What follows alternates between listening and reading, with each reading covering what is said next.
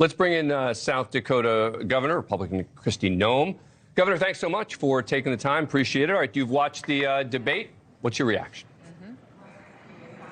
You know, I think we still don't know who Kamala Harris is or what she plans to do. I didn't hear once a detailed description of what she was going to implement to make families' lives better, how she was going to make their groceries more affordable, gas prices drop, and allow them more opportunities into the future. So that's what's shocking to me, is these moderators never once pushed her, never once fact-checked her, even when she misspoke and when she lied. And it was pretty strange to watch that dynamic go down. I feel like the American people still, at the end of this debate, don't really know what Kamala Harris would do. And the next question should have been, if you're going to do that, why not do that today? Prove it. You have 2 months, you have 50 days here to prove to the American people you are who you say you are. Do it. You're in charge. And nobody challenged her on that. She should have been. Well, when you say nobody challenged her on that, shouldn't that have been Donald Trump's job to challenge her on some of those things? I mean, we were talking here about the fact that, you know, coming into this, Donald Trump's goal was to tie Kamala Harris to what Republicans view as failures in this administration, right? And that would include immigration, it would include inflation, et cetera.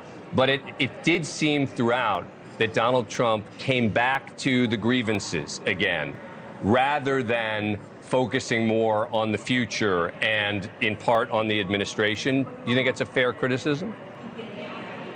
He needed to make a case tonight and drive home the point of that he has a record. When he was in the White House, what he did to make families' lives better, how he passed tax reform that put more money in their pockets, what he did to secure the border, and how strong he was on the national and the world stage. He reminded the American people of all of that, and right now, Kamala Harris is in charge of this country, and their lives have dramatically declined. You've seen American families suffering now. Every three Americans today has their credit cards maxed out. I mean, can you even imagine? Not only are they relying on credit cards to pay their bills, they're maxed out and they have no other option left. That's how far it's declined in this country, and that's what we don't know. How is Kamala Harris going to fix that, and why isn't she doing it today when she actually is in charge? You're making a compelling case. Do you think that Donald Trump made that compelling case tonight?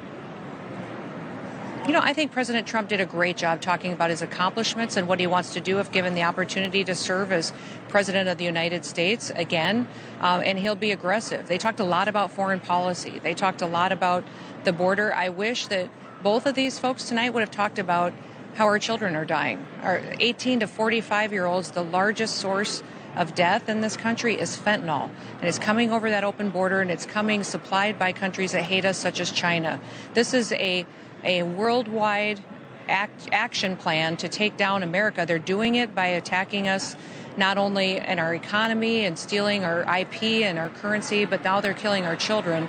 And that really is what American families need to wake up and really think about when they watch a debate like this, is what does this country look like in 10, 15, 20 years if Kamala Harris is in charge? What does it look like if Donald Trump is in charge and they're making decisions that affect us? The reason I tell people I go out and speak for President Trump so often is because he let me do my job. As governor of South Dakota, he recognized that in America with our Constitution, that governors get to make decisions that impact their people and allow their people to use personal responsibility. That should have been something they talked about more tonight, because that's really what people are going to feel just a few months down the road. Governor, thanks so much for taking the time. Really appreciate it. Thank you. You bet.